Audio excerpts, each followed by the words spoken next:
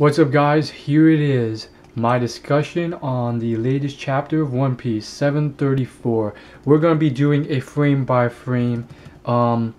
Let's begin with the start, the very start. There's like a picture on the cover of the chapter, you could say. It is pretty much Usopp painting stars and other designs on a giraffe. And the quote says, "Cover request. Usopp painting a pattern on a giraffe he's riding. Pen name Croquette." This is the absurdity that is One Piece. One of the giraffes has a necklace that says "Next" on it. Then one of the giraffes is painted with flowers. One has a hat on. It's absurdity. Regardless, let's get started with the actual chapter. Now, I've already read this, so there's going to be a spoiler alert. First and foremost, I knew it was Rebecca. I said it was either Rebecca or someone unknown that hasn't surfaced yet, or it's Cavendish, and it was Rebecca. And here's the difference. Everyone else was like, it can't be Rebecca. Before the smoke started up, we saw Rebecca on the ground. And last video, I said to all you that even though she's on the ground, that doesn't mean that she can't get up later, and she was the winner. So there's that. Now, this chapter doesn't really address the mystery that was sort of revealed in the last chapter. It turns out it wasn't even a mystery. It's kind of pretty much confirmed now, more or less. But yeah, it's pretty much confirmed based on last chapter. Luffy's childhood friend is still alive. I forgot his name, but you know, apparently it's confirmed. I thought it was unclear in the chapter and it was still like a cliffhanger, but apparently a lot of people are saying it's enough information to confirm this guy for sure as who he is. Now, we do know that Ace was really strong. He was the oldest, and he was stronger than Luffy even before he obtained the Devil Fruit powers.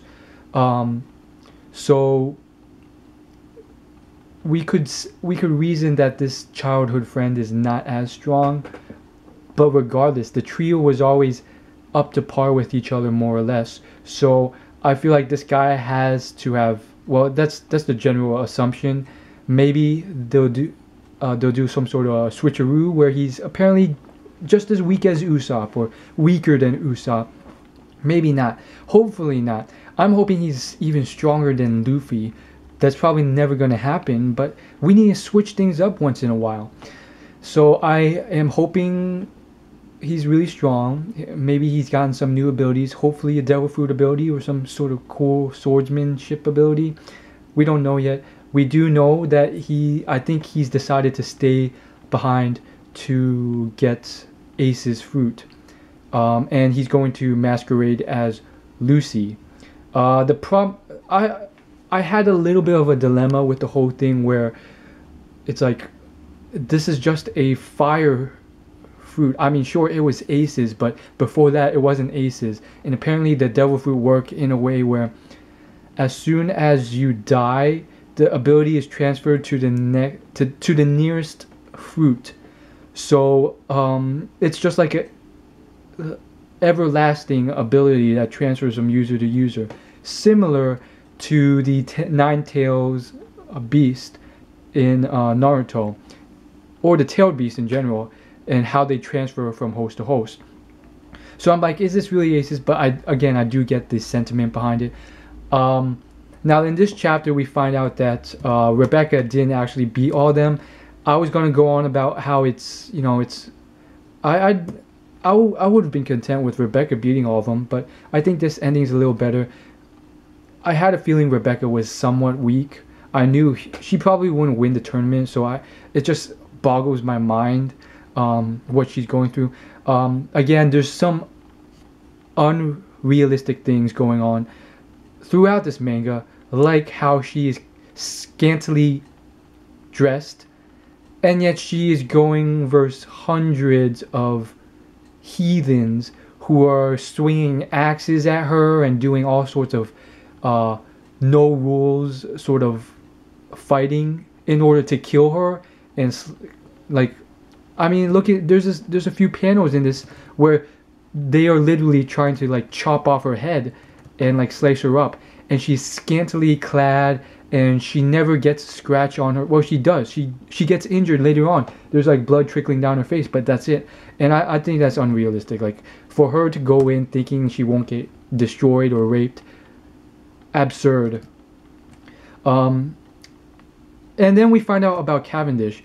All of a sudden, he just faints, and it's kind of explained that Haruka comes out when he faints, so it's like a stronger, like a Jekyll and Hyde version of himself. I think more so than that, though, it seems like this darker side of him can choose when to come out when he really wants to, and it almost induces Cavendish to fall asleep. Like in this scenario, he fell asleep immediately. And so apparently we don't know what's up with Haruka, because Cavendish is still asleep. He wakes up for a split second, they kill all of them, and then he goes back to sleep. So it's like, what is going on? Anyhow, it's very interesting. I really felt like Cavendish was the strongest one there. Didn't expect that darker form, but apparently it's an even greater swordsman than Cavendish.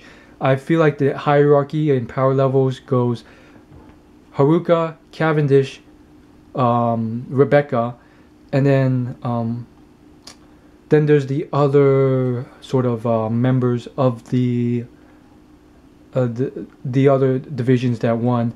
I believe that the barrier guy is all the way at the top, but I feel like he's going to be lower than the best one, which is going to be Luffy's childhood friend, who is now masquerading as Lucy. And I don't think the barrier guy will fight with this guy because he's such a huge fan of Luffy. He's not going to do anything. He's probably going to forfeit. So we're going to see what happens. Rebecca's obviously going to lose. It's just absurd. It is good eye candy, though. That's something. Anyhow, then we got this stupid king. He has taken off his helmet, which was stupid. He shouldn't have done that. He revealed himself. Now he's captured. And Law is also captured. But the thing is, that pretty much means that Law is going to be a main sort of character in this series, which means he's not going to die. If the author wanted Law to just end his way, then he would have been killed. But no, Law is still alive for some stupid reason. He's still alive, which has to mean that the author of One Piece, Oda, wants Law to remain as a character. I have no doubt that Law will survive the rest of this arc. It's a little absurd about all this. I mean, it also makes a little bit too much sense, and it's kind of like a cop-out. It's like, come on, we all know that you want to keep Law around. We all know that you want to involve Law with this final plot of beating the Yonko. And maybe the author Oda decided, maybe I don't want to keep Law around. That is why I brought the Yonko into this arc rather than leave it to the next arc. Because he could have made it so that this, Luffy beats this guy and then they're off to finish off the Yonko from here. Not the Yonko, Big Mama of the Yonko. But now the Big Mama's come here to sort of bring it all into one final arc. So Luffy can just do what he always does, which is just kill everyone, and he saves the day. It's quite funny how each of these arcs works in the way it does, because Luffy never knows about all the history and flashbacks going on, but just by clobbering the guys that makes his stomach churn, he always ends up doing the right thing anyways, it's pretty cool. But as a critic, I would say I'd like it a little bit of a spice up maybe in the next arc where this doesn't happen, but it's always fun to watch. Finally, we got that whole thing where it seemed like everything was doomed, and then he said there's no other way that they could manage to get to the underground, and they do. Usopp is leading the charge really well.